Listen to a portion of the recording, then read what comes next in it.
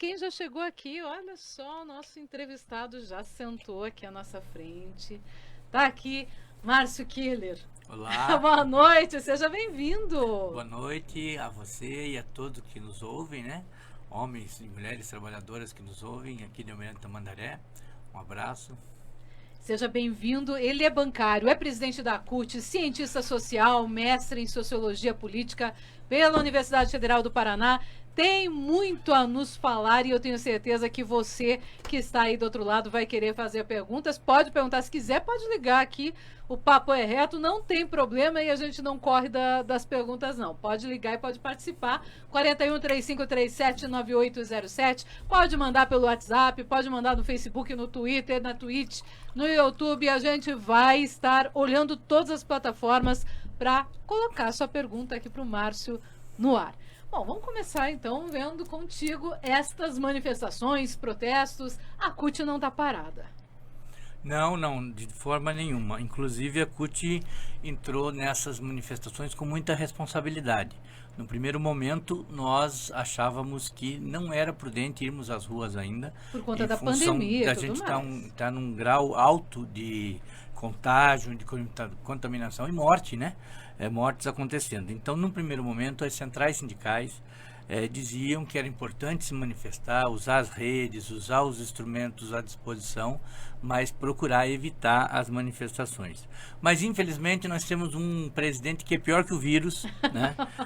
E que tem um descaso enorme com a vida das pessoas, com a questão da saúde, né? Então, a gente foi obrigado a nos render e a partir do dia 3, que foi chamado 3J, que aconteceram manifestações pelo Brasil inteiro, aí sim a CUT resolveu que era hora de ir para a rua, mas sempre orientando os cuidados ainda, né, inclusive para as próximas que já estão sendo chamadas, de prestar atenção no uso da máscara correta, na PFF2, no uso do álcool em gel e principalmente nas manifestações, havendo condições de manter as distâncias necessárias, né? Então isso é fundamental e é o que abre as nossas orientações, nossos comunicados, são essas orientações sanitárias importantíssimas, né, para que as pessoas possam ir se manifestar. Pois é, até isso foi bem interessante, porque nos primeiros momentos o que se dizia é que essas manifestações, pelo menos era o que tentavam fazer chegar até a gente, é que essas manifestações trariam balbúrdia, trariam quebra-quebra e trariam um monte de gente aglomerada, sem máscara e fazendo a pandemia correr mais solta ainda. Só que isso não se viu realmente da forma como se pregava, né? Não, assim, eu acho que para que eu possa te responder com propriedade essa pergunta, Luciana, é importante a gente fazer um breve Por resgate favor, histórico. pode fazer. Um breve resgate histórico, né? A gente veio das manifestações de 2013, que eram manifestações amorfas, né? Tipo, surgiram em tese do nada, que ninguém se identificou, ninguém conduzia, e as pessoas foram para a rua por 20 centavos, por questões mais específicas e tal, e não tinha uma condução, não tinha uma organização do ponto de vista do que nós queríamos com aquilo. E foi, é claro, a gente sabe que tinha um bastidor e foi um momento onde a política sentiu, né, esse surgimento de novos grupos, né, os grupos de direita que se organizaram naquele momento. E, aliás, Vem se pra organizaram rua. de um jeito que parecia Exatamente. rastilho de pólvora, né? E de uma forma, naquele momento, né, no contexto de 2013, de uma forma inclusive excludente, porque nós também estávamos tentando ir para a rua, colocar nossas opiniões, colocar nossas pautas, né, porque a gente sempre teve as pautas e não era porque era o governo que a gente apoiava que nós não tínhamos cobrança, não tínhamos, né, reivindicações para que seriam atendidas. Nós construímos, a partir dos governos democráticos e populares, políticas públicas muito importantes. Construímos uma política de valorização do salário mínimo, que foi desde 2012 e era para ser até 2022. Já no pós-golpe, que nós chamamos de golpe da Dilma Rousseff, um golpe institucional, e com a entrada do ilegítimo Temer, nós tivemos o quê? O congelamento da política de valorização do salário mínimo. Assim que o governo Bolsonaro assume, o que ele faz? Ele, além do congelamento, ele tira tirou R$10 no primeiro momento, aí depois foi colocou 9, 30, adiantou alguma então, coisa. Mas enfim. exatamente, mas assim não seguiu a política de valorização que foi construída, né, com as centrais sindicais para valer até o ano de 2022 essa política contínua. O que era a valorização? Era que nesses processos você tivesse ganho real para as trabalhadoras e trabalhadores nas negociações do salário mínimo. Aqui no Paraná, a CUT, junto com as demais centrais sindicais, participam do Conselho Estadual do Trabalho. E é lá que se define a política do salário mínimo regional. Nós conseguimos manter isso aqui no Paraná, né? Você deve ter observado, saiu agora em... O Paraná, aliás, é um dos estados com patamar melhor. Mas no governo federal a gente não conseguiu fazer isso, né? E em 2013, então, o que aconteceu? Houve essa tentativa de nos excluir com as bandeiras, né? E surgiram esses outros movimentos que vieram de uma forma muito radical. E o próprio governo chegou a responder a partir da presidenta Dilma, chegou a responder com sugestões de alteração, que o Congresso não deixou ela fazer. Não sei se você lembra, naquele contexto estavam pedidos 5 grandes transformações, dentre elas chamar uma constituinte. A Dilma, quando respondeu aos movimentos, falou, não, nós chamamos, vamos convocar uma constituinte e tal. Mas a o próprio Congresso era pisou no pé. Completamente diferente das demais posturas, aliás, de todos os presidentes que eu conheci depois da época da democracia. A Dilma, ela era absolutamente democrática. Sim. Né? Você poderia discutir, conversar com ela de uma forma que você não conversava com os demais. Não, exato. E você tem também nesse processo um processo de... que se fortaleceu posteriormente, mas um processo de... não chega a ser misoginia, mas um processo onde você não conseguia estabelecer um diálogo pela Dilma ser mulher, abrir as frentes políticas de diálogo. Que bom que né? eu estou ouvindo alguém Sabe? que diz Então, a mesma coisa que eu falo faz tempo. Não, porque é isso, por exemplo, você não... Pra mim foi nos um bastidores... golpe machista. Exatamente, nos bastidores do poder, muitas vezes as coisas da política se resolvem sem tomar um chopp depois do expediente, ou fazer uma sauna, coisa parecida. Né? E não aonde deve ser, que é na arena política, na arena da discussão política, que era onde se atuava. Então isso teve, né, consequências e tal. E o grande problema da Dilma, e depois foi comprovado que não houve crime de responsabilidade, era de fato que não tinha um apoio político no Congresso. Por quê? Porque o Congresso eleito em 2014, ele foi o Congresso mais conservador da história política do Brasil desde 1964. Né? Além do que a Dilma não tinha aquelas práticas, né, que a gente via já há muito tempo, que era aquela prática da negociação, né, entre aspas, aquela troca, na verdade, que acontece no Congresso Nacional desde sempre. Sim. Exatamente por ela não ter essa prática, ela não tinha apoio. Exatamente. E se você observar isso que a gente está falando, das velhas práticas, e as velhas práticas, na verdade, é aquela atração centrípeta que existe ao governo, né, a quem está no poder, a quem está mandando, em tese, no Congresso que acontece. Ou seja, o centrão, a tropa de choque, lá atrás, na época do Sarney já existia, depois continuou existindo com o Fernando Henrique, né, na história da reeleição do Fernando Henrique, e o centrão sempre aconteceu, sempre houve, né, pode dizer sociologicamente, um dos postulados que faz o Congresso funcionar. Se a gente for lembrar, né, o Ricardo Barros não é nada além do que a sucessão de um José Janine lá atrás, aliás, do mesmo partido. Exatamente. Se você pegar e observar, veja, nos escândalos, desde o mensalão, que foi a mensalão, até hoje, quem está no olho do furacão? Que o PP. Hoje é progressista, exatamente. Mas é o meu partido. Então, acaba sendo um pouco isso. É a lógica da política do Estado que precisa mudar. Né? Nós dizíamos lá atrás que para acabar com o Caixa 2, para acabar com a dependência, você precisava do financiamento público de campanha, porque em tese ele parece que é pior, né? Mas na verdade ele dá garantia que você não vai se amarrar com ninguém, não vai vender mandato para ninguém. Continua acontecendo, né? O que Caixa continua, 2, infelizmente. Mas o que aconteceu? Quando a gente aprovou que não poderia você doar, como é que eu posso dizer, você fazer grandes doações, né? O que eles fizeram? Passaram a fazer doações cruzadas, e doavam para as empresas, e as empresas, né? A Petrobras é um claro exemplo disso, né? do que aconteceu. Mas enfim, aí trazendo para esses dias, né, essas manifestações, então elas chegaram a um limite que as pessoas não aguentam mais, elas querem, né? Muitas pessoas que não estão indo, inclusive por causa da pandemia, estão dizendo, gente, como eu queria estar na rua, porque esse governo chegou no limite, né? E as pesquisas demonstram que ele derrete, né? Vertiginosamente derrete. Mas isso faz com que a gente tenha algumas cautelas importantes, Luciana. Primeiro, nós precisamos cuidar de um patrimônio que a gente ainda tem, porque com a possibilidade da volta dos governos democráticos e populares, o que pode acontecer? Pode-se fazer uma rapa geral, privatizar tudo, entregar os serviços de saúde, que é o que eles estão tentando. A PEC da reforma administrativa, nada mais que isso. Eu entendo, né? Porque Jair Bolsonaro era um defensor das estatizações, era contra a privatização, entre aspas. O Exército Brasileiro, pela lógica, tinha uma postura também nacionalista. Sempre foi não estatizador, mas nacionalista, de defender seus recursos, de defender o que é nosso e tal, né? E você vê que há uma postura diferente, uma postura entreguista, né? Que não se compromete com o patrimônio do povo brasileiro. E o que nós estamos vendo nesse processo é que, se a gente não cuidar, nós vamos entregar os nossos bancos públicos. Bancos públicos são fundamentais, Luciana.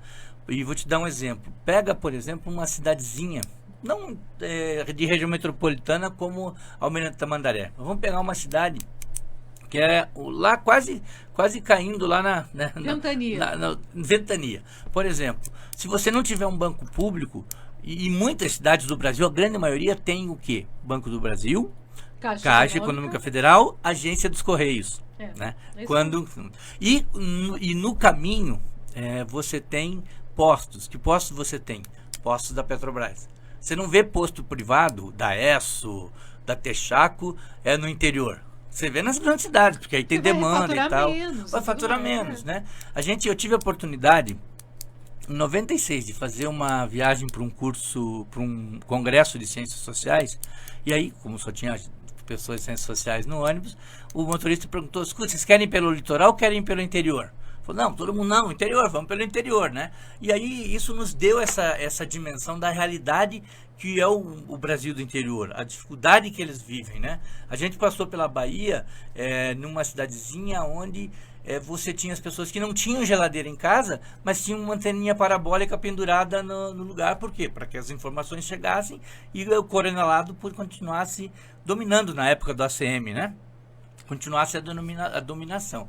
Então, esse exemplo que eu te usei agora, do posto de gasolina, eu peguei desde lá. A gente cruzou o Brasil inteiro. No interior só tinham postos da Petrobras. Por quê? Porque é serviço, né? Tem algumas coisas que não é para as pessoas ganharem dinheiro. São serviço que tem que ser prestado para a sociedade. Água, luz, né? Os próprios bancos, né? São concessões, eles não são... Não tem... Aqui pese os bancos dizem, eu sou do Itaú, eu sou funcionário inclusive do Itaú, né?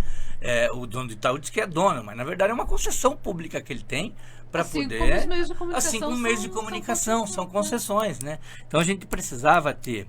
E quando a gente fala em regulação da imprensa, não é controlar, não é botar mordaça, é ter uma regulagem. Por exemplo, meio de produção cruzada, que é o que a gente sempre discutiu, né? A pessoa ser dona de uma revista, de uma rádio, de uma televisão, etc. Ela uniformiza e verticaliza a informação. Então a gente é contra essa propriedade cruzada. Não é outro lado, né? A gente faz isso. A gente tem rádio, a gente tem a TV, a gente tem uma revista. Não, mas só que se você pegar, sim, mas se você pegar, por exemplo, de uma forma diferente. Mas isso é, mas por quê? Para você ter o acesso a ter o espaço, o pequeno espaço.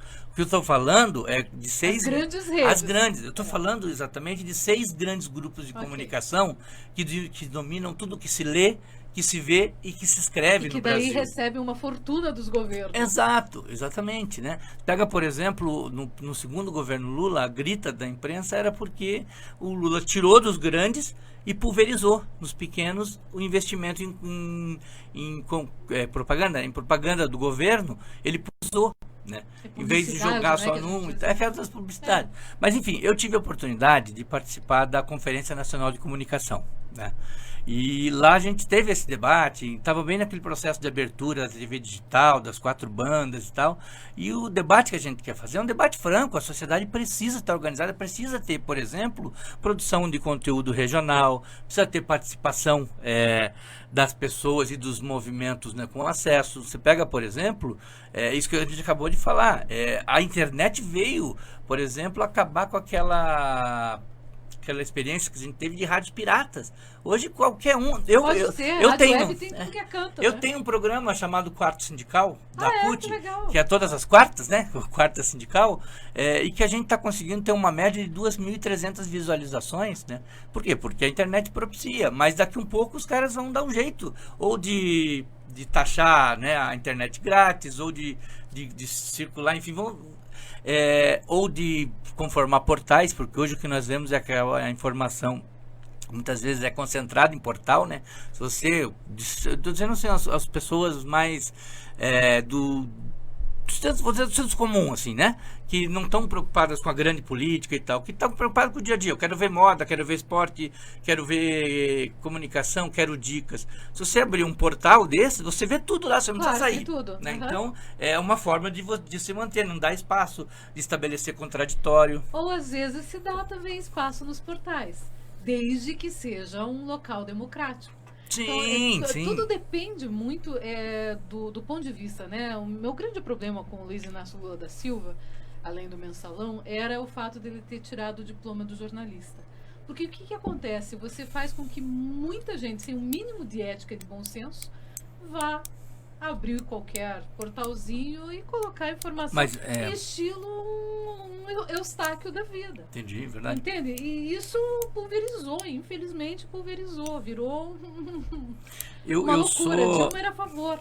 Eu sou contemporâneo, talvez você conheça o professor Mário Claro, Message, né? claro, conheci. Meu amigo irmão, foi presidente do sindicato, e a gente tinha uma discussão sobre essa questão. Nem tudo, o que a gente, eu falei mais ou menos numa época, eu falei assim, olha, os governos democráticos que vieram fizeram 10% do que tinha que fazer. Mas esses 10% do que tinha que fazer já foi mais de 90% do que nunca foi feito.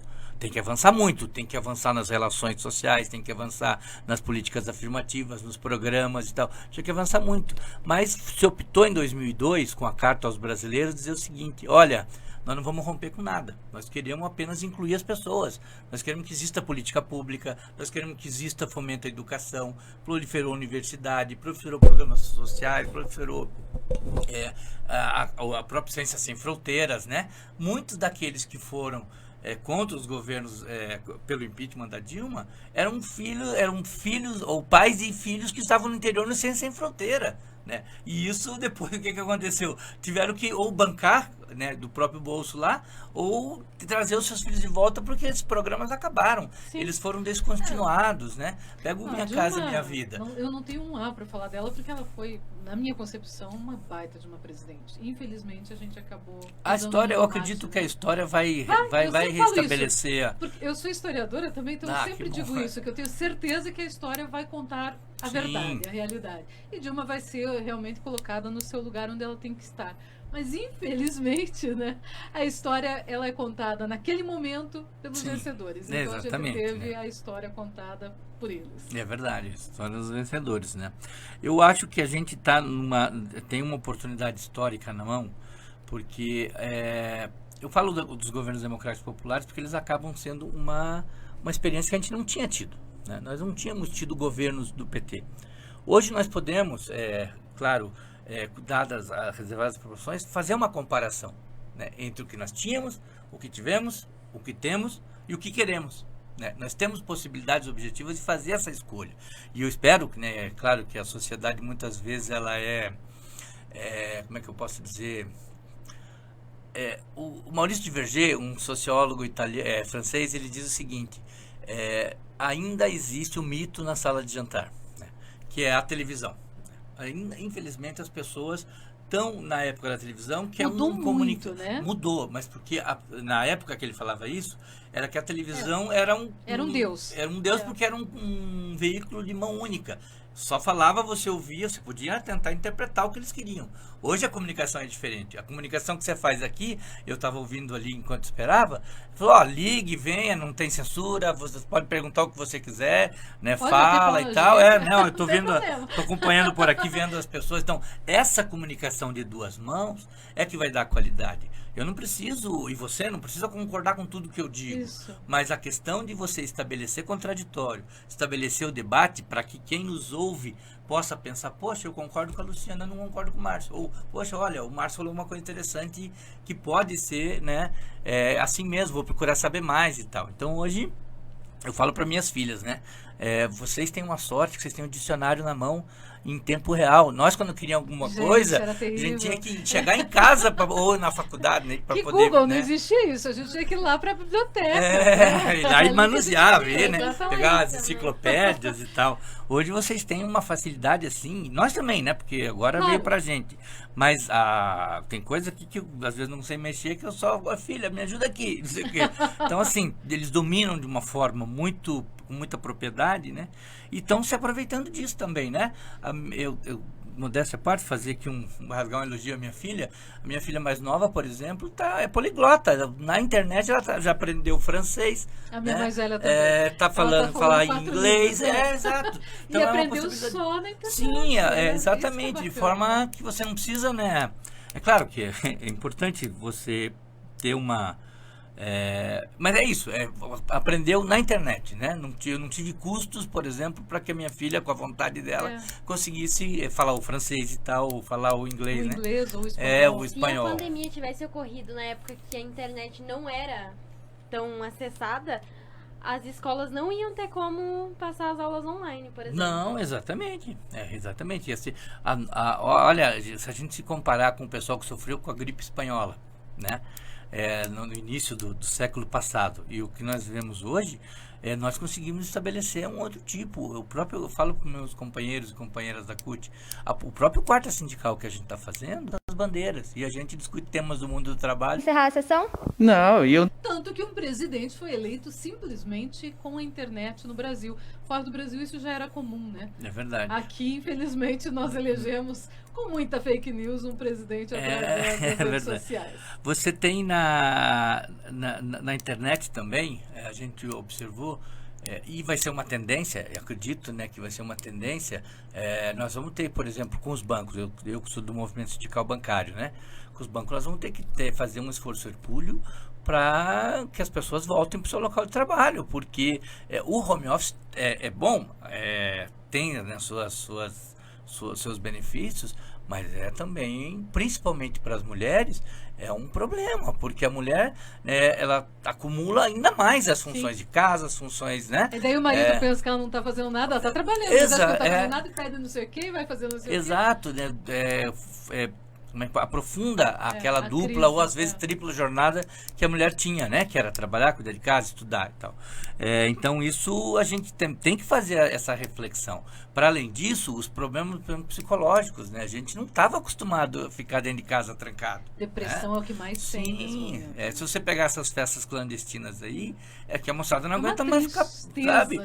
Infelizmente as pessoas raciocinam de uma forma totalmente egoísta, né, que diz, não, eu não aguento mais, eu vou sair, não sei o que e tal. E não se põe no lugar do outro. Eu preciso ficar aqui porque eu estou protegendo. Exato. Ao não ter contato, eu estou protegendo outras pessoas. Se a pessoa não quer se proteger, ela protege pelo menos quem está ao redor, né? Sim. No mínimo, né? Exato, né?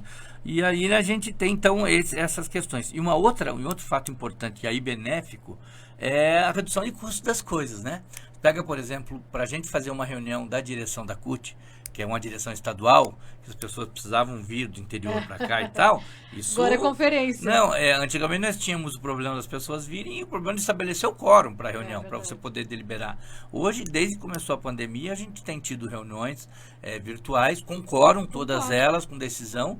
E assim, é claro que não é igual a gente está aqui, eu estou podendo te olhar nos olhos, falar o que eu quero, você me fala o que você quer e tal, mas é também uma forma de diálogo e que dá para você decidir as coisas, né?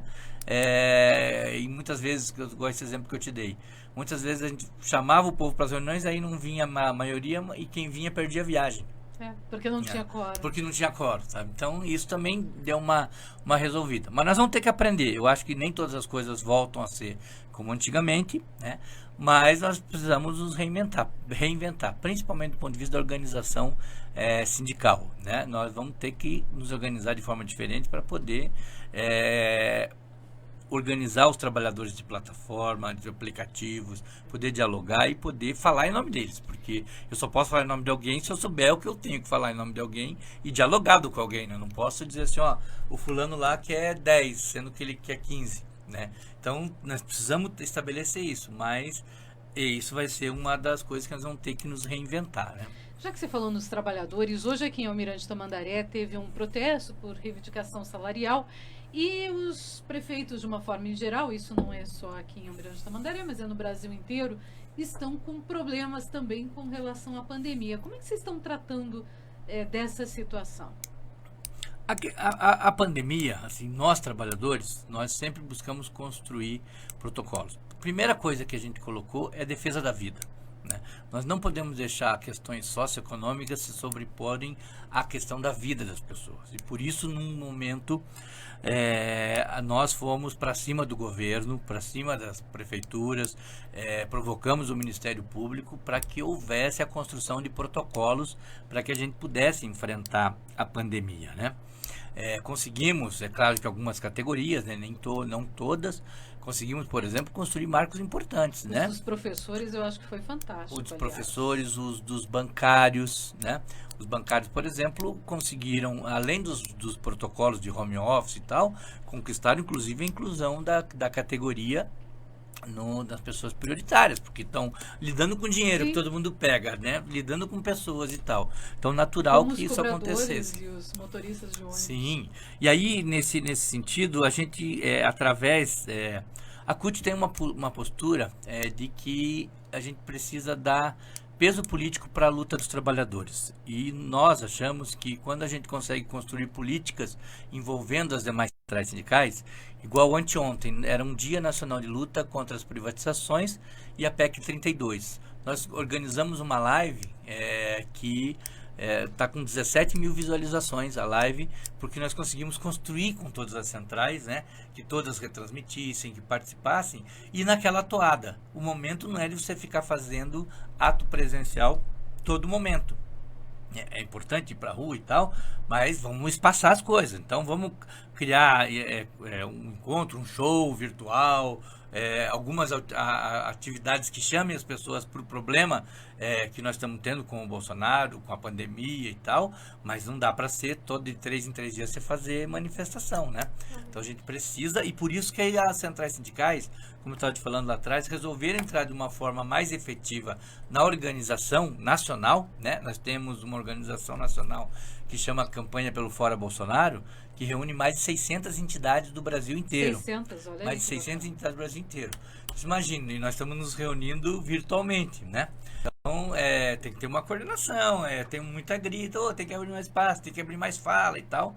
Não dá, você tem que coordenar e tal para poder organizar. Mas essas entidades que construíram esse calendário de lutas e atividades, né? Para que a gente pudesse dar essa espaçada, respeitar um tempo, por exemplo, você vai fazer uma agora, não dá para você fazer daqui uma semana, porque se alguém tivesse contaminado numa dessas, vai ter que ter no mínimo 14 dias de espaço para poder. Então você tem que ter esse pensamento nesse espaço, né? E a gente acha também que o processo que está colocado e de uma forma que está atraindo a atenção da maioria da população. Hoje você tem um séquito que tem uma fidelidade canina ao Bolsonaro, que é aquele povo que radicaliza, que quer... Você pediu que são 30%, mas hoje eu acho que já são menos.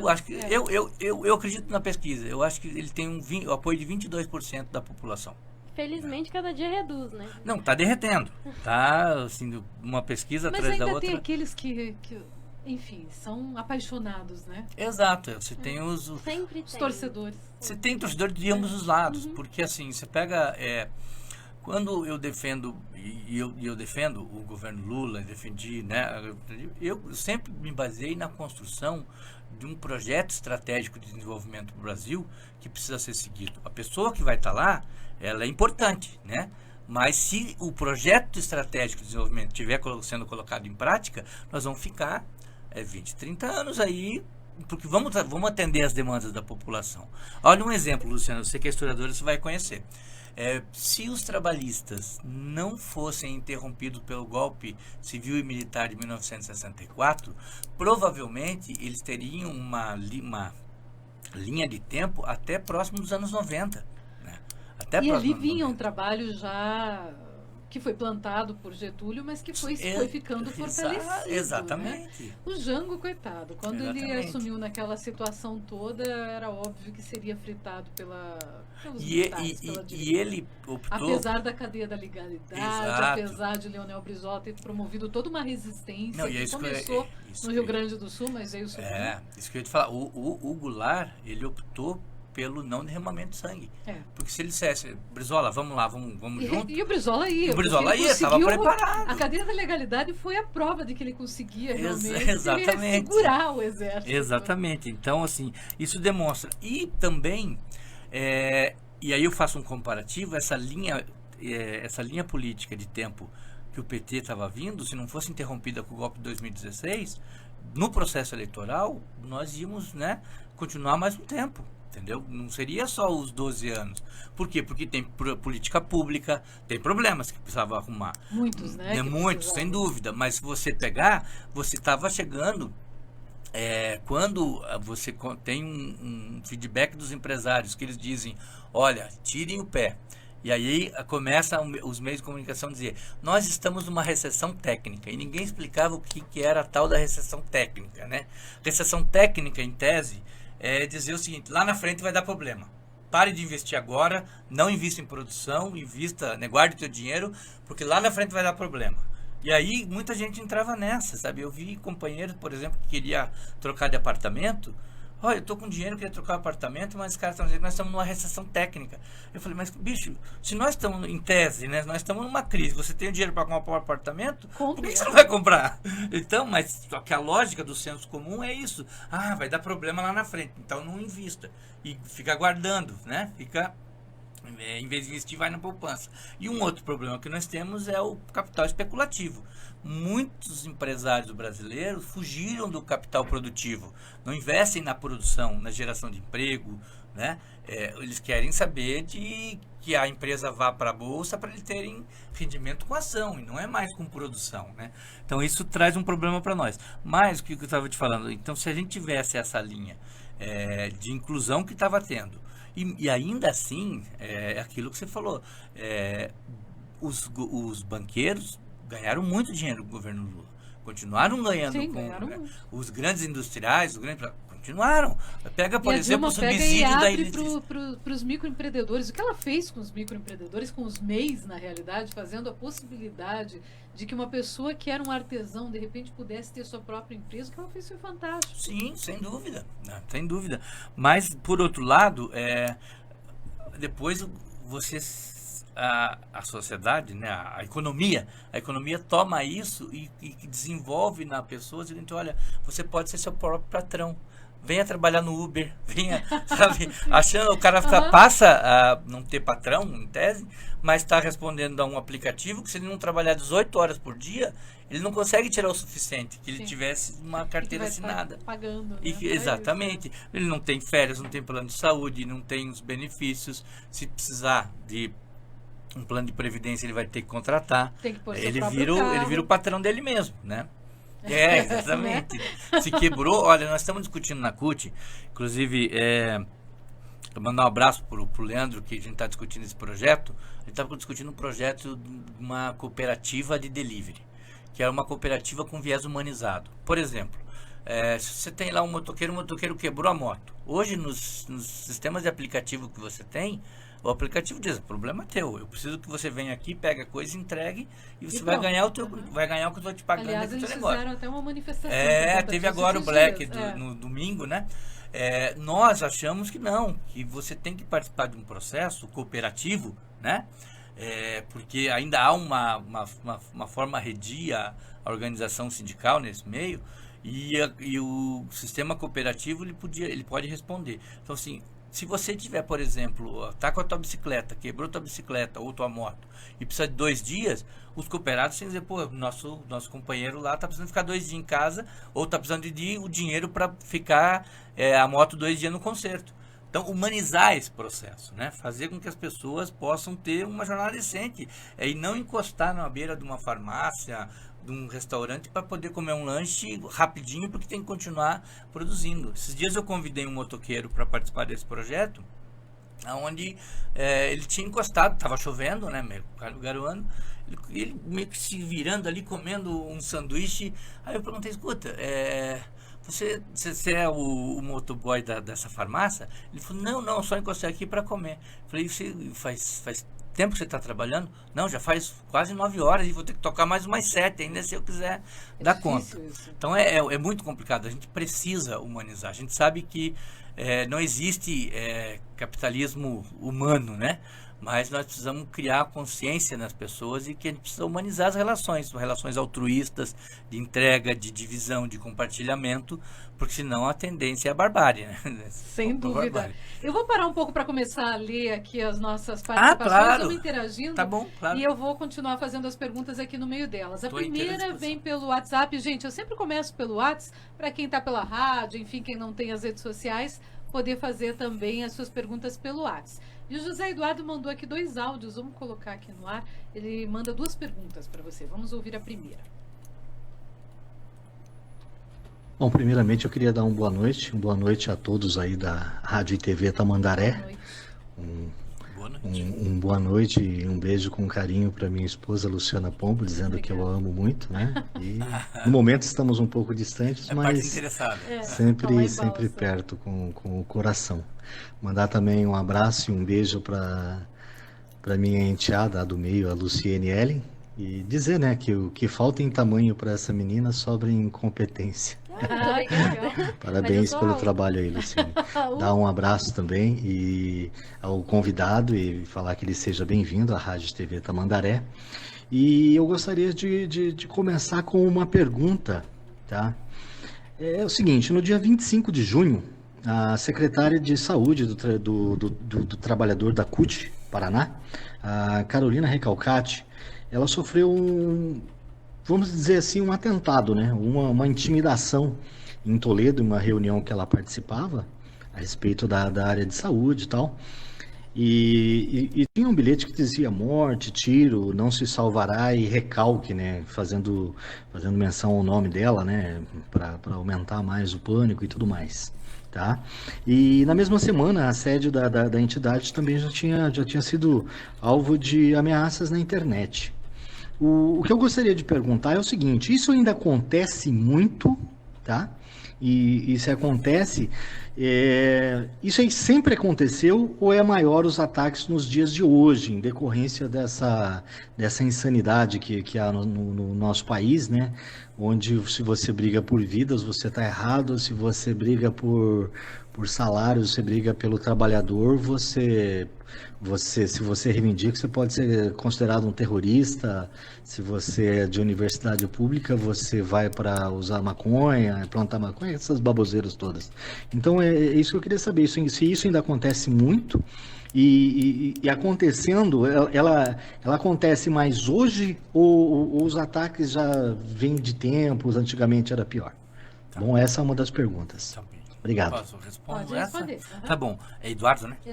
Eduardo. José Eduardo, obrigado pela pergunta e muito importante o teu questionamento. Talvez até nem tocasse nisso, né? Se você não mencionasse. Mas assim, a prática de violência contra os movimentos sindicais, elas não podem ser permitidas. E graças, né? Elas são muito pontuais, têm sido muito pontuais, né? De uma situação local, não é um problema generalizado que a gente tem, né? A gente teve alguns problemas com violência na época do processo de impeachment, né? Da consolidação daqueles movimentos de extrema direita, mas eles se fragilizaram porque eles se institucionalizaram, né? Eles foram disputar os espaços de poder, viraram deputados e tal, criticando aquilo que sempre, aliás, fazendo aquilo que sempre criticaram, né? Que estavam enraizados e acabaram se colocando. E eu acho que é da vida, acho que é natural e que assim seja. Mas, assim, esses ataques de violência a gente denunciou, fez todo o trâmite de denúncia, boletim de ocorrência, manifestou a solidariedade à companheira Caroline, porque é inadmissível que aconteça uma prática dessa forma, né? E mais uma vez, infelizmente, acontece para uma mulher, né? Acontece para uma companheira do movimento sindical. Então a gente tem um vídeo muito bonito que as companheiras da CUT, inclusive encabeçado pela companheira Benedita aqui, né, do Simprosmate e tal, fizeram um vídeo de apoio à companheira Caroline, muito bonito, né? E assim, desde o primeiro momento a gente deu todo o apoio psicológico que ela precisou e tal, nos colocamos à inteira disposição, porque não dá para permitir, né, essas ameaças, né? Então, são muito pontuais, Eduardo, e o que eu posso falar desde a minha militância na CUT, pelo menos, do movimento sindical cutista no estado, são pontuais. De 2012 para cá, acho que foi a da sede da CUT que aconteceu em 2016, que quebraram a porta da frente, jogaram os rojão, né? Que a gente também tratou de uma forma bem contundente, com denúncias e tal.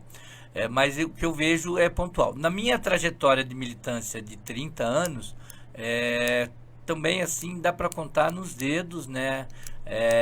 Quando aconteceu. Então é uma prática muito pontual e que a gente precisa denunciar e que está ganhando espaço porque as redes, né, nos dão espaço. Nos dão mais espaço. A gente defende a liberdade de expressão, as pessoas podem, ninguém é obrigado a gostar de ninguém, né?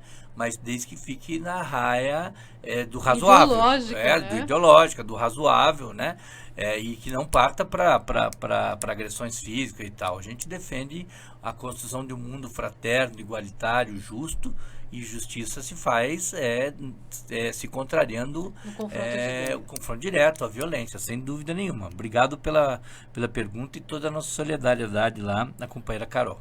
A segunda pergunta dele, deixa eu colocar aqui, um beijo para você, José Eduardo. Mais uma pergunta, né, que eu gostaria de fazer aí ao presidente Márcio da CUT. É o seguinte: a produção de veículos caiu 31,6% em 2020, tá bom? Meu Deus, cortou aqui, deixa eu só voltar. Calma aí, José Eduardo, já coloco de volta. Só um pouquinho, vamos lá. Caiu 31,6% em 2020, tá bom? Segundo dados da Anfave, né? Foram produzidos 2.014.055 veículos entre caminhões, automóveis leves, ônibus e tal. No ano anterior, haviam sido produzidos 2.944.988. Esse é um resultado pior desde 2003. Né? É muito, muito complicado isso aí. E tem muito fechamento de montadoras, né? Inclusive a Ford, que saiu do nosso país. Isso vem acontecendo tal, e essa da Ford foi um baque maior. Tá? Eu gostaria de fazer a seguinte pergunta ao convidado. Quem paga a conta do fechamento dessas montadoras? Quem que sai mais no prejuízo em tudo isso aí, com esse abandono, com essa diminuição de produção e tudo mais? Quem que paga a conta? Quem que sofre mais na ponta em tudo isso aí? Tá bom? Essa é a pergunta que eu gostaria de fazer. Bom, e para encerrar um pouco a minha participação aqui, eu em meu nome, eu gostaria de desejar um pronto restabelecimento aí pro presidente Bolsonaro, né?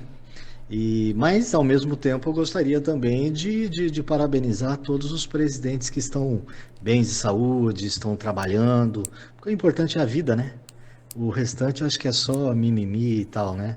Mas que ele tenha um pronto restabelecimento aí, tá bom? Legal. Fica aí, isso eu digo que é uma ideia minha, sempre foi. Tá bem. Tá bom? Fica aí, um forte abraço a todos e as portas da rádio estarão sempre abertas aí ao convidado. Uma boa noite a todos. Legal. Boa noite. Obrigado pela pergunta, Eduardo. Primeiro, assim, quem paga a conta, né? Se nós pegarmos a constituição do Parque Industrial Brasileiro, nós vamos ver que eles sempre foram feitos de subsídios, de acordos especiais para levar uma fábrica, uma montadora para um lugar e para outro. Então, e nesse caso da Ford, que vocês estão em específico, né, a gente tem feito um esforço hercúleo lá com os metalúrgicos do ABC para que a gente não seja o trabalhador que sofra com isso, né, que mais pague a conta nesse processo. Vai acabar sendo porque vai perder o emprego, fechando as portas, mas tem que, por exemplo, o governo tem que dar resposta a esse processo. Então, lá houve um processo de encampamento, tentativa pelo governo do estado de encampamento da fábrica, inclusive num sentido de você fazer uma adequação, tem um termo para você produzir outras coisas, por exemplo, na época que estavam fazendo respiradores, né? Uhum. Conversão industrial, fazer uma conversão industrial, fazer com que esses funcionários fossem aproveitados pelo governo para fazer a reconversão industrial, né? Para parar de fazer carro, por exemplo, e fazer respiradores, trabalhar na produção, ou mesmo, né, na produção do que estava faltando à época, né? Insumos para remédios, máscaras, luvas, etc. Então, assim, o que acontece é isso, é que as empresas vêm, se estabelecem, pegam subsídios dos governos e a hora que não é rentável para elas vão embora. Então, não pode, eu acho que a gente precisa, através do governo, de fato, pressionar os governos para que não deixe que isso seja pura e simplesmente assim, e lá em São Paulo está acontecendo, a maioria dos funcionários, principalmente aqueles que tinham, por exemplo, estavam em afastamento médico ou estavam, né, foram preservados, e o governo assumiu o compromisso de fazer com que a Ford bancasse esses salários, fizesse uma proposta, como é que eu posso dizer? Porque como ela vai fechar, não é de incentivo de demissão, mas fizesse uma proposta onde eles não ficassem desabrigados. Não é só pegar suas coisas, seu lucro e ir embora. Então, nesse sentido, aconteceu. E isso a gente também... Exatamente. E isso a gente também conseguiu. Não sei se vocês lembram, Luciana e José Eduardo. Esses tempos nós tivemos aqui também uma luta bastante grande dos sindicatos metalúrgicos de Curitiba pelos empregos da Renault, né? Sim, onde a gente conseguiu fazer aqui o Nelson da o Nelson, então, companheiro Nelson, né? Abraço aí se estiver nos ouvindo. E também a gente fez uma luta solidária. E é isso que eu digo, né? Naquele momento, a Renault, que era da Força Sindical, precisou de ajuda. Nós fizemos atos em todas as concessionárias da Renault, levamos nossos companheiros para frente com faixas, com protestos em todas as concessionárias, para demonstrar que não poderia ser daquela forma a demissão dos companheiros. Conseguimos reverter aquela demissão. Então, nessa toada, e trago isso para esse momento, Luciana, nós temos feito um esforço hercúleo, conseguimos, né, através dessa atuação, até não sei se eu já falei, desculpe se eu for repetitivo, mas nós conseguimos tirar, através da pressão, um decreto de lei do governo do estado, que é o decreto de lei 5.506, de 24 de agosto de 2020, que constituía um comitê de proteção aos direitos dos trabalhadores durante a pandemia de coronavírus, que foi um decreto-lei, o governador autorizou, e que só entrou em vigor em março de 2021, e mesmo assim ainda está muito capenga. Então eu queria aproveitar. Um ano depois. Um ano depois, capenga fez uma reunião. Então eu queria aproveitar, nós mandamos em nome das centrais sindicais essa semana para a Secretaria de Educação, para o secretário Beto Preto, exigindo uma reunião o mais urgente possível desse comitê, porque senão nós vamos centrar nosso poder de fogo lá, vamos botar caminhão de som na frente da Secretaria de Saúde, porque está tratando com descaso as centrais sindicais que têm proposta para enfrentar essa pandemia, para poder o Beto resolver... Preto é mesmo ele que já foi do PT, né? Pois é. E aí, para você ver. Então, assim, ele nos recebeu e tal, né, nos tratou com cordialidade, mas o que nós precisamos é que o comitê funcione. Okay. É um comitê tripartite, de patrões, empregados, né, trabalhadores e governo, e precisa funcionar, porque é a melhor forma, inclusive, Luciana, de você se você tiver que tomar uma medida drástica, por exemplo, como um lockdown, você tomar em nome de um comitê é diferente de você tomar sozinho. Claro, vai levar mais então, assim, se o secretário fosse levasse em conta e fosse esperto nesse sentido, ele falou, não, eu vou chamar eles para decidir junto comigo. E nós queremos ser chamados para ajudar a decidir, a propor, a preservar a vida, colocar a vida no centro das coisas, né? E poder ajudar. Depois, o legado das mortes, infelizmente, vão ser os governos. Né? O governo Bolsonaro vai ficar com o legado das mais de 500 mil mortes. Claro, é dele esse legado, né? Pela irresponsabilidade, pelo descaso, principalmente dele, né? Porque não envolveu, as centrais sindicais tentaram fazer isso nacionalmente. Achava que era uma gripezinha, pregou muitas vezes kit Covid e outras coisitas mais, falou com descaso sobre as mortes. É verdade, é bem isso. Mas enfim, e aqui também no Paraná são mais de 30 mil mortes. Né? O legado vai ficar para quem é o governador do estado. Ou ele, e ele tentou, né, através, falava o Beto Preto, eu participei de uma reunião onde o Beto tem que fazer isso funcionar. Tem que fazer isso funcionar. E nós estamos cobrando do secretário e não está funcionando. Ou seja, então nós precisamos que tenha alguma atitude. Porque nós queremos, isso, a preservação da vida. E a preservação da vida se faz com política para isso, né? Com certeza. O Thiago Costa, ele é de Curitiba, ele diz o seguinte, faz algumas perguntas aqui também. Oi, boa noite. Eu acho errado a briga política da CUT defendendo o partido que cortou benefícios trabalhistas. Dilma, em 2014, cortou vários benefícios logo após se reeleger. Eu acho que a CUT deveria brigar politicamente para defender os trabalhadores e não defender um partido político. Sobre os governos que fizeram os 10% que os outros não fizeram ok. Mas defender esses governos é se contentar com os 10% e deixar de lado os outros 90% que não fizeram e ganharam muito dinheiro para fazerem. Não podemos ficar com o menos pior. Temos que escolher o melhor. E até hoje não tivemos nenhum governo que fosse bom o suficiente para ser o melhor, dizer. Legal. O que o companheiro Tiago fala é uma questão importante e a gente precisa saber interpretá-la. Primeiro, quem que tirou direitos trabalhistas não foi o governo, foi o Congresso Nacional, através da reforma e através das leis que coloca lá no Congresso. Quando a gente discutia a questão trabalhista em 2014, vocês lembram da frase da Dilma, não vai passar isso nem que a vaca tussa? E depois veio aquela história, a vaca tossiu, etc., porque a pressão do Congresso fez isso. Eu acho que esse elemento que ele coloca é importante para a gente saber qual é a importância do voto. Porque no dia que a gente vai votar, o que a gente faz? A gente empodera duas casas. E muitas vezes empodera essas duas casas de forma diferente. Porque você vota no presidente de um partido e no deputado que é teu amigo, que de repente é de outro partido. Você não vota pela política. Você tem que entender que um programa político consistente se faz com um presidente que tenha maioria no Congresso. Se não tiver maioria no Congresso, não governa. É quase um meio parlamentarismo isso que a gente tem exatamente, né? Ou a gente passa, em 93, teve o 92, 93, teve o plebiscito do parlamentarismo. Eu, por essência, sou parlamentarista. Por quê? Porque eu acho que se não for assim, você faz isso que eu acabei de falar e você cria a briga entre poderes. O presidente querendo uma coisa. Mas o Jânio também. Num período parlamentarista exatamente para tirar todo o poder que ele tinha. O Jango, exatamente. Porque lá era uma coisa diferente. Você não consultou o povo, não fez um plebiscito para dizer se queria parlamentarismo ou presidencialismo. Vocês impuseram para quê? Para justamente enfraquecer o Jango. O que eu digo é que nós precisamos ter uma consciência da população, né? Se ela optar, ou se faz um presidencialismo forte, com base num congresso onde você eleja um programa político. Para mim, claro que pessoas são importantes, né? Mas eu, por exemplo, se eu pudesse na política, eu tirava o foco das pessoas.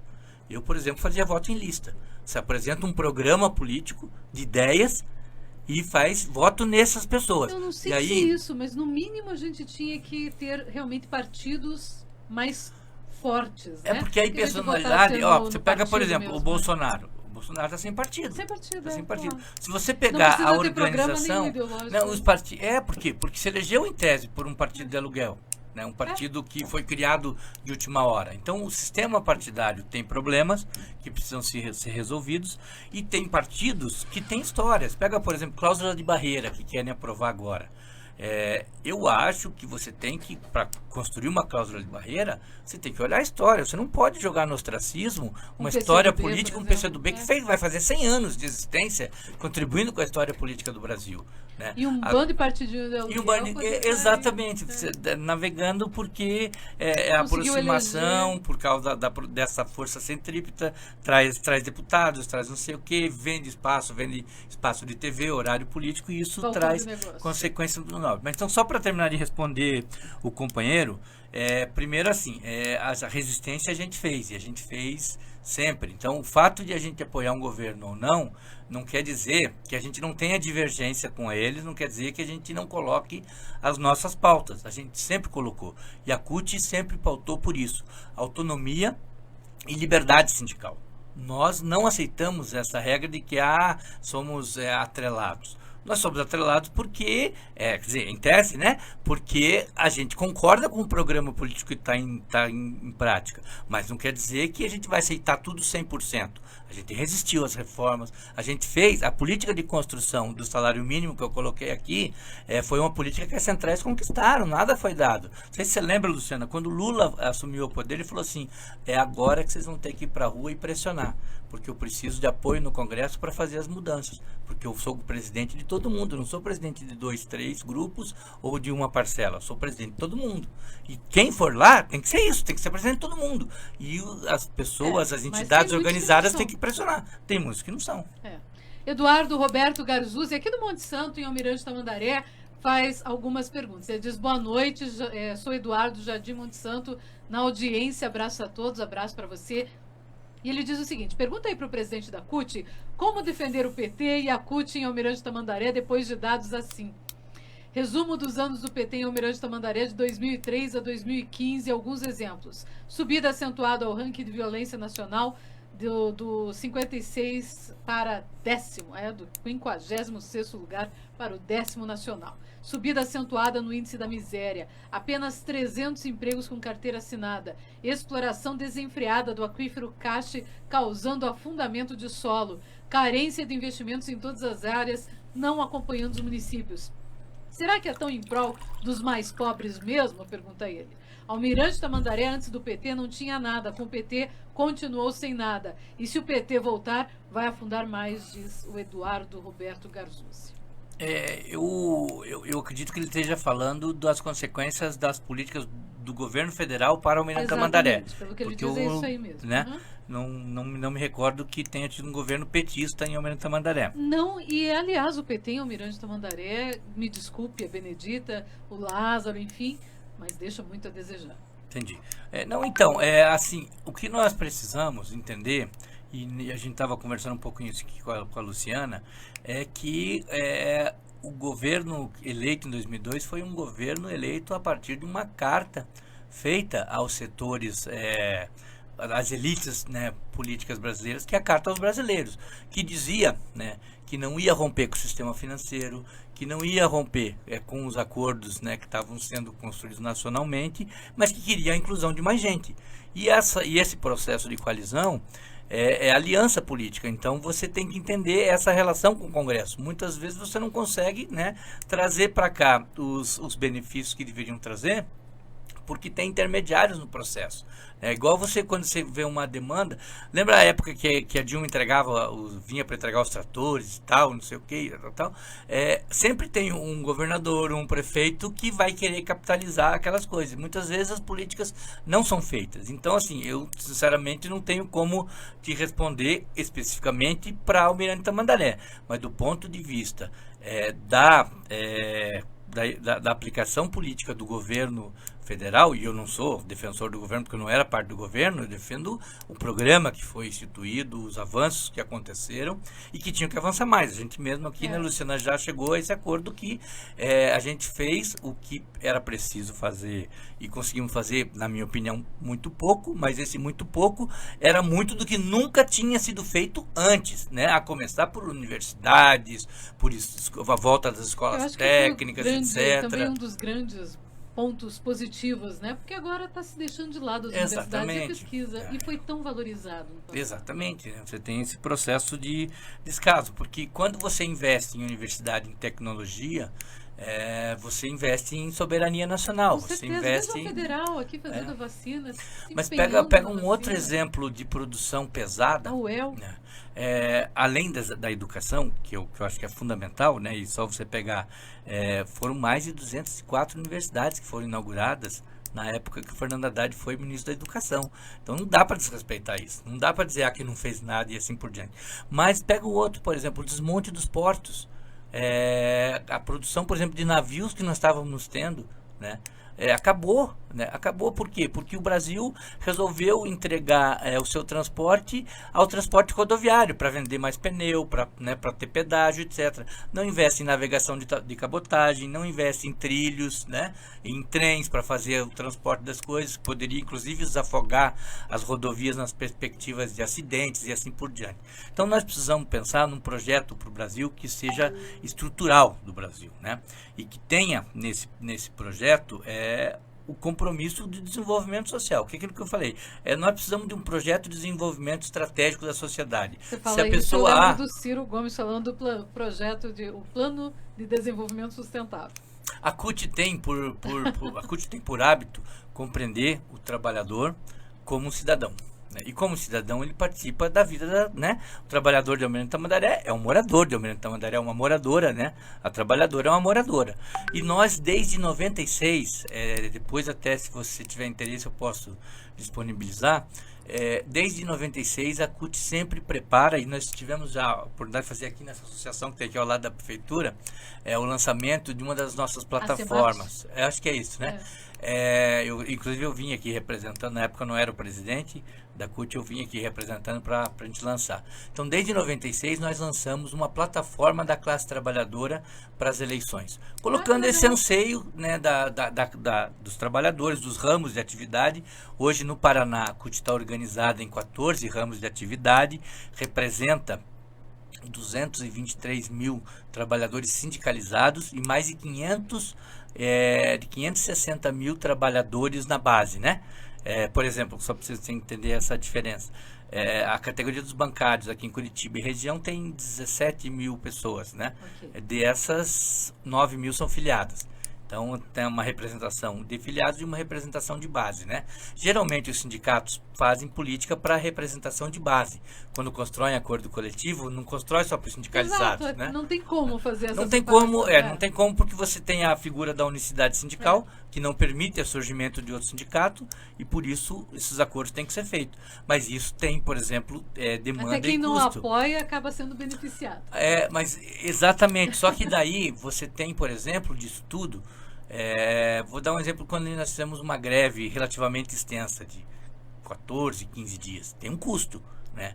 E aí quando você vem e acorda em mesa de negociação que tem que ter uma taxa de reversão, que ajude a pagar as despesas dessa greve, porque elas não são de graça, aí as pessoas que ganharam com aquilo não querem ajudar. Fica nas costas do já sindicalizado. Então, é claro, assim, não estou defendendo que nós não defendemos os acordos coletivos para todo mundo, né? Mas as pessoas precisam ter consciência que aquilo tem um preço, claro, né? Tem um custo, exatamente. O Emerson está dizendo o seguinte aqui: boa noite a todos. Eu já fui metalúrgico e sempre digo, essas empresas não têm pátria. Elas só querem lucro acima de tudo. Falando das empresas. Perfeito. Aí em geral. Eu vou rapidinho aqui falar também do pessoal que está no Facebook.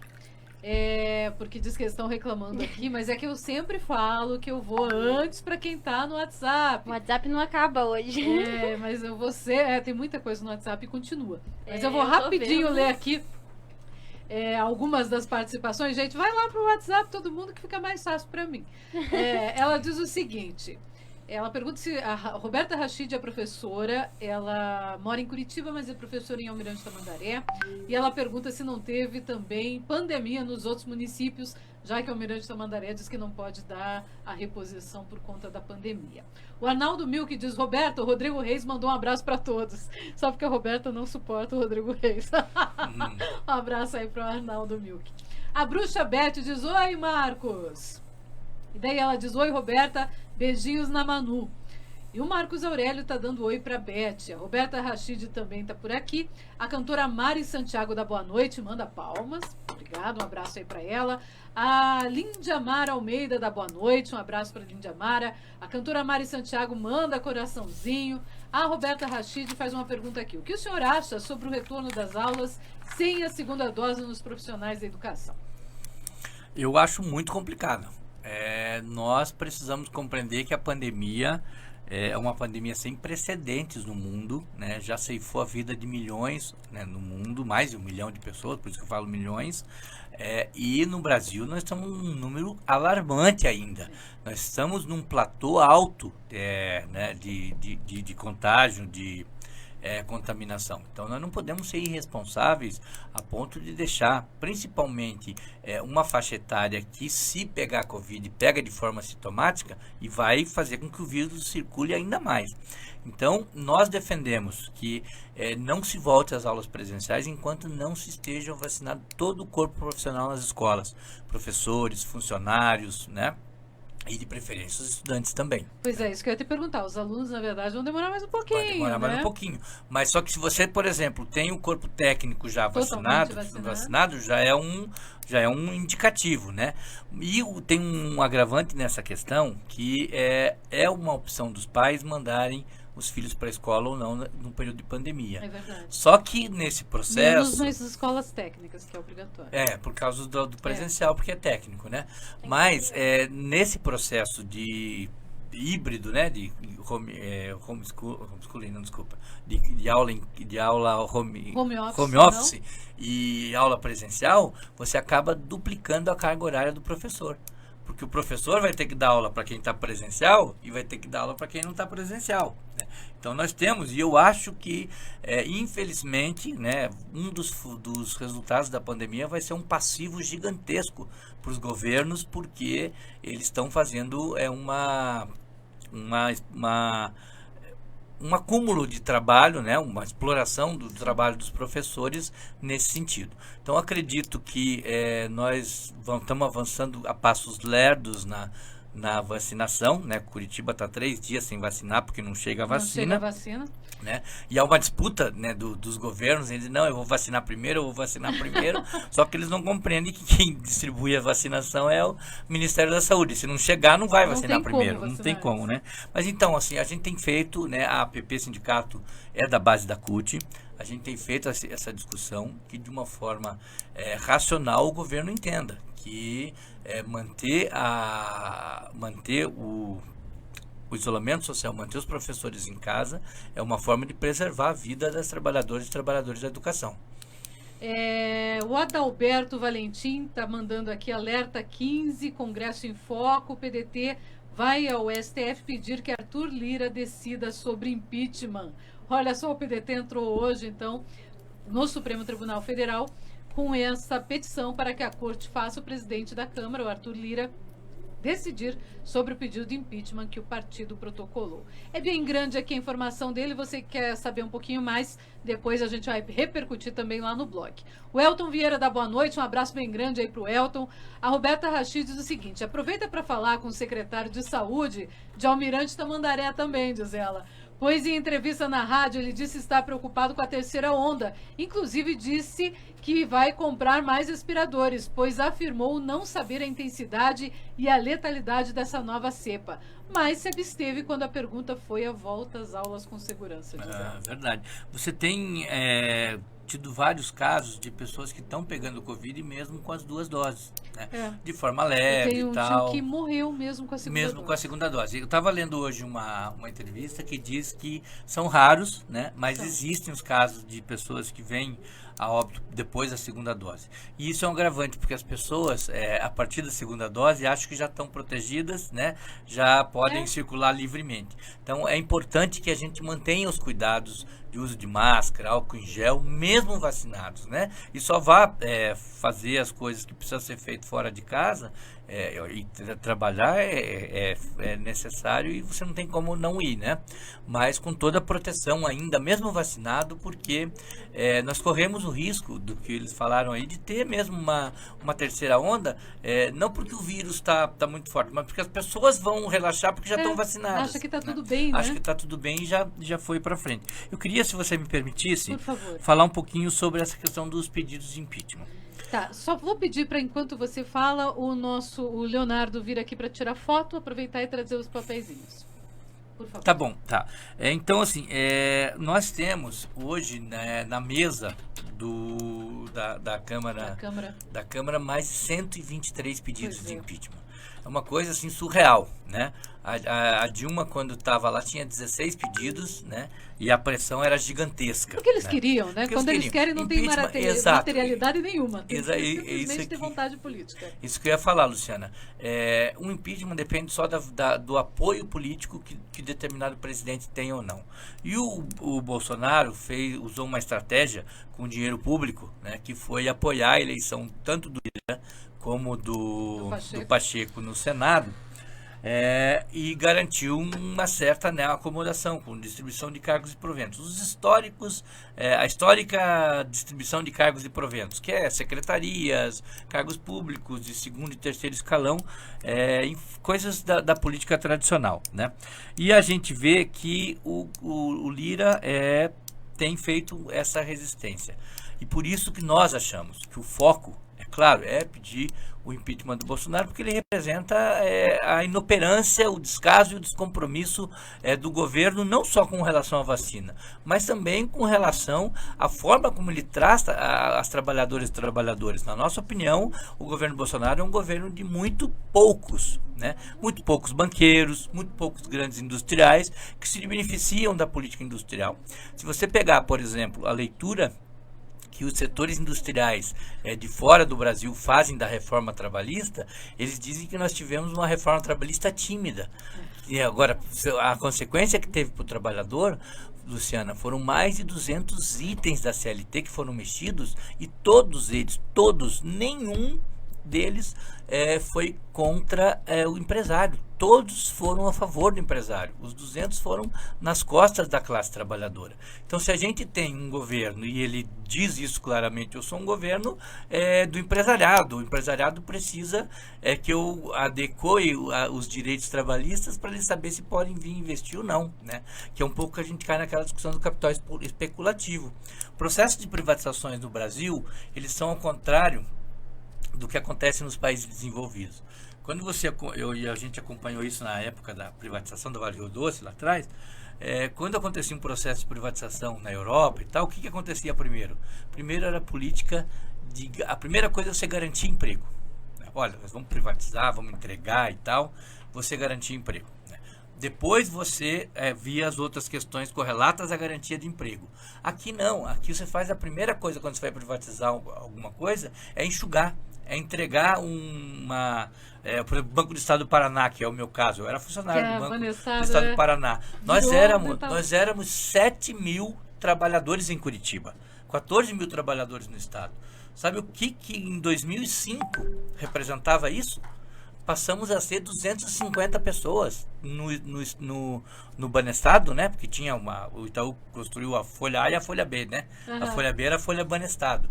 Ficamos em 256 pessoas. Aquelas pessoas que entendiam a privatização como necessária, porque eu sobrevivo, eu sou competente. Eu encontrei muitos distribuindo panfleto na rua porque não conseguia arranjar outro emprego depois que saiu do Banestado. Chefe de seção, sabe? Que na época era um status no banco. Distribuindo panfleto, encontrei com o cara falou, falei, não tá mais no banco? Não, pois eles enxugaram, fecharam minha agência, eu tive que sair e tal, e não tô conseguindo me colocar, se você souber de alguma coisa, me ajuda, sabe? Então, assim, as pessoas precisam entender que o Estado, ele precisa estar presente em alguns lugares, principalmente os mais distantes, onde as pessoas mais precisam dele. Igual a gente falou aqui, você mesmo falou, nos pequenos municípios, o que tem lá? Banco do Brasil, Caixa, na época, quando tinha o Banestado, Banestado tinha 399 agências. Quando eu entrei no banco como guarda-mirim, que eu fui guarda-mirim no banco, eu trabalhava no departamento de arrecadação. E do departamento de arrecadação, então a gente soltava as circulares, né? Como é que tinha que proceder com um determinado imposto, com não sei o que e tal e tal. E aí a gente fazia as circulares, né? Eu entrei lá e falava, você tem que ir num lugar pegar um envelope redondo para mandar circular. Coisa que não existia, para sacanear os novatos. Mas, enfim, eu que escrevia na mão o nome de cada cidade. Eram 399 envelopes que eu fazia uma vez por semana. Eram 399 envelopes que eu fazia uma vez por semana para poder mandar as correspondências para lá, né? Então, o que eu quero dizer? Quero dizer que a gente tem a oportunidade agora, e vocês que nos ouvem, né? Tem a oportunidade agora de defender o que resta de patrimônio público.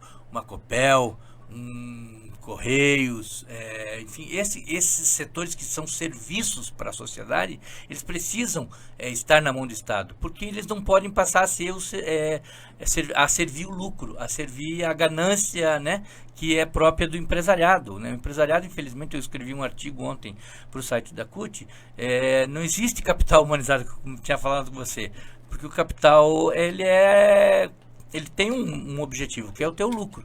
Né? E o lucro se faz com o quê? Com enxugamento, com reserva de mão de obra qualificada e barata, porque aí quando nós estávamos no pleno emprego, tinha uma época que era difícil de achar um pedreiro por aí, né? Porque estava todo mundo empregado na construção civil e tal, o pedreiro, né, valorizou o trabalho do pedreiro. Diferente de outros tempos, quando você tem reserva de mão de obra, você encontra em qualquer lugar baratinho. Então, a lógica que às vezes nos beneficia individualmente acaba prejudicando a sociedade e o desenvolvimento social. Então, a gente precisa ter políticas igualitárias e que respeitem, né, a todos para que a gente possa avançar na sociedade. Infelizmente, o nosso tempo já passou. Eu tenho um monte de gente participando, tem um monte em vários das nossas redes. Infelizmente, não vai dar para continuar, que o nosso querido Cláudio Santos, que vem aí com o próximo programa, já está lá fora. Mas eu quero agradecer muito sua presença. Antes de eu te deixar fazer as considerações finais, deixa eu passar aqui para a Luciene falar quem ganhou os nossos prêmios de hoje. O primeiro colocado seria o perfume Portioli. Quem que ganhou? A vencedora, pra variar, a cantora Mari Santiago foi a que mais compartilhou. Mari Santiago, um abraço aí pra ela. Obrigada, Mari. A segunda pessoa que mais compartilhou foi a Bruxa Beth. E a Bruxa Beth ganhou, então, esse CD, um CD infantil.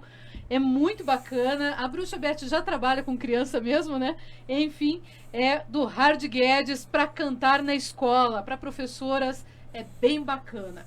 E o terceiro colocado? Pra ser sincera, teve um monte de perfil do comitê, que compartilhou um monte de perfil diferente. E eu também. E o terceiro, mas você já tem um. Exato. Então passa para alguém. Quem que é o terceiro colocado? Tem um monte de comitê que compartilhou. É por isso que eu falei em papelzinho, que daí ia ser mais fácil. Mas de então, dizer. é que eles compartilharam uma vez por vários perfis. Quem? Comitê da CUT Paraná. Da CUT? Então vou dar da CUT. Vamos lá! Não, distribua para alguém, para uma outra. Eu, inclusive, depois vou agradecer a todos que compartilharam. Que bom. Olha aí que bacana. Comitê da CUT compartilhou. Ah, que legal. Você não quer levar? Eu te... Não, fica tranquilo, obrigado. Então vamos lá, mais uma pessoa. Ó, o Aguinaldo Murilo dando boa noite. Beijo bem grande para ele. O Rafa Freitas, pastor, nosso querido amigo também, compartilhando e também comentando aqui com a gente. Enquanto você procura o próximo, eu já vou ler aqui a participação do Rafa Freitas. Boa noite, Luciana. Seu programa sempre top. Abraço para vocês. Obrigado, um abraço. E a Roberta Rachid diz para você, o companheiro Tiago, que você chamou de companheiro, não é companheiro. Mas eu sou companheira, Gisela. Legal. Um abraço aí para Roberta Rachid. Quem foi o terceiro? Faberson Melo. Opa, Faberson, aí, um abraço aí pro Faberson Melo. No dia do Parabéns! Ele ganhou aqui o CD, o terceiro CD, que é o Reparanar, do Hard Guedes, que ontem foi entrevistado aqui pra gente, um baita de um cantor e escritor, e trouxe o seu CD pra gente também partilhar aí com o pessoal. Agora sim, considerações finais. Legal. Então, queria imensamente agradecer o convite e dizer que eu estou à disposição para, quando precisar outras vezes, né? Tirar alguma dúvida, ligar. Não, pra com gente, tanta pergunta que do sobrou, a gente vai acabar acontecendo. Estou à inteira disposição. Obrigada. E reforçar que a gente está numa encruzilhada no Brasil que a gente precisa retomar a sanidade, né? A sanidade social é fundamental para que a gente possa caminhar para frente. Estamos às vésperas de uma eleição, mas para que a gente chegue nessa eleição com possibilidade reais de avançar, nós precisamos segurar o que nós temos. Não dá para deixar que se entregue esse patrimônio. A CUT está numa campanha muito grande de defesa dos bancos públicos, dos Correios, da Eletrobras, enfim, tudo aquilo que tem interesse e serve ao povo brasileiro não pode estar na mão daqueles que só pensam no lucro. Então, fica esse convite que vocês participem das organizações do 24J, né, que é o 24 de junho, que vão ser as manifestações que vão acontecer. Entrem, conheçam o site da CUT Paraná, dialoguem conosco, nós temos as redes sociais também, né, e estamos sempre à disposição para estar junto nesse momento. Quero agradecer, então, aos comitês que compartilharam aí, né? Todos eles. A CUT hoje ela é composta por, como eu te falei, 14 ramos de atividade, 7 federações e 170 sindicatos espalhados pelo estado inteiro, né? Então, queria, em nome da CUT, mandar um abraço a todas e todos que nos viram, nos ouviram, né? E falar que foi uma satisfação poder participar e estou sempre à disposição. Obrigada igualmente, vamos sempre manter contato e coloque o nosso mailing lá também para vocês mandarem as informações que a gente divulga aqui. Ah, maravilha, colocaremos sim. Abraço para você, amanhã tem mais, gente. A gente volta amanhã, um grande abraço. Tchau, Luciene Ellen. Boa noite. Boa noite, até a próxima.